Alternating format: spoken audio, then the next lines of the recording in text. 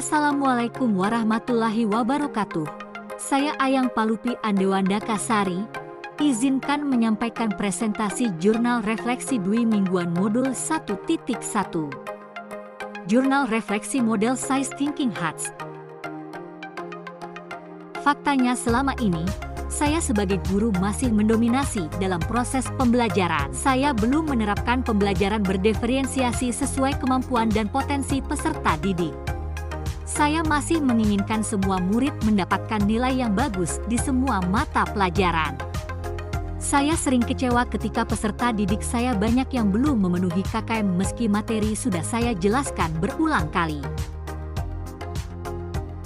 Pengalaman saya mengikuti pembelajaran di modul 1.1 adalah saya lebih memahami arti pendidikan yang sebenarnya, bahwa menjadi guru tidak sekedar mentransfer ilmu tetapi juga menanamkan karakter.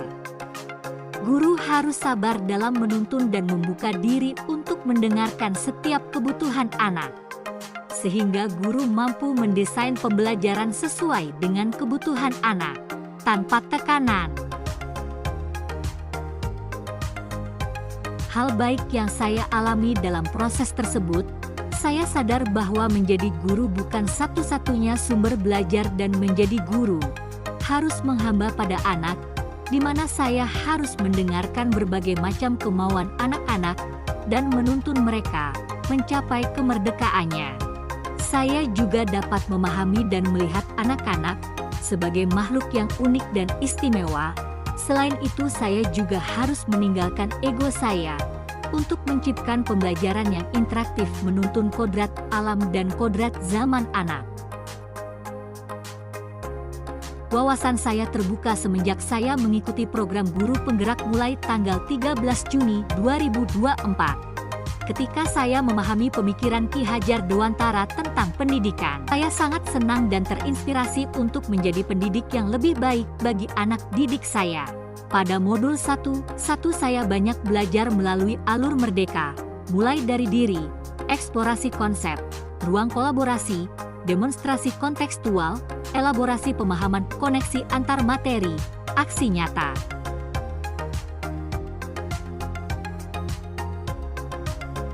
Pendidikan seharusnya memanusiakan manusia.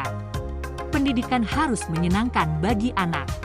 Pendidik memiliki peran sebagai penuntun kodrat anak dan sebagai tukang kebun dalam pembelajaran berdiferensiasi, mengembangkan potensi anak, sehingga menjadi manusia yang bahagia dan memiliki profil pelajar Pancasila sesuai kecakapan abad 21.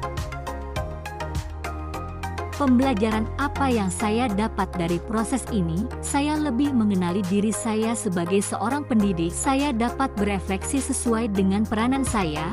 Saya dapat memperbaiki pola pikir dan perilaku saya dalam mewujudkan profil pelajar Pancasila yang merdeka. Hambatan yang dialami ketika mengaplikasikan pembelajaran yang berpusat pada murid berdiferensiasi sesuai pemikiran KHD, bahwa tidak mudah memahami murid satu persatu potensi dan bakat murid. Penguasaan kelas juga mengalami kendala bagi guru, terutama saat transfer materi pelajaran. Pendidikan belum ramah anak karena masih terpaku pada anak yang memiliki kemampuan daya serap standar dan fast. Sedangkan untuk anak-anak yang slow learning masih terabaikan. Hambatan kesulitan saya dalam mempelajari modul 1.1 adalah sulit membagi waktu, sulit beradaptasi dengan media pembelajaran, terkendala jaringan.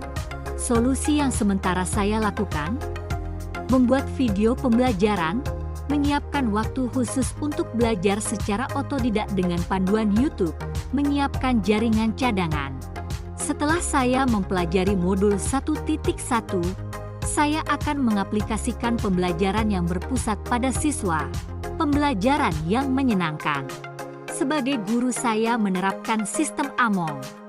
Di kelas saya menerapkan pembelajaran yang merdeka dan membahagiakan. Hal ini sesuai dengan kodrat zaman abad ke-21. Selain itu, saya melakukan pembelajaran berbasis proyek untuk mengembangkan kreativitas, kolaborasi, komunikasi, dan berpikir kritis siswa.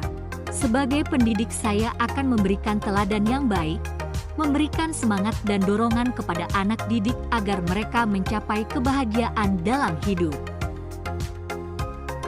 Ilmu dari modul 1.1, Filosofi Pendidikan Ki Hajar Dewantara akan saya terapkan di kelas dan sekolah saya. Pembelajaran sebelumnya yang masih berpusat pada guru akan saya ubah menjadi pembelajaran yang merdeka, yaitu pembelajaran yang menuntun kodrat anak, mengembangkan potensi, pembelajaran yang menyenangkan sehingga anak mencapai kebahagiaan dan keselamatan setinggi-tingginya. Demikian yang dapat saya sampaikan. Terima kasih.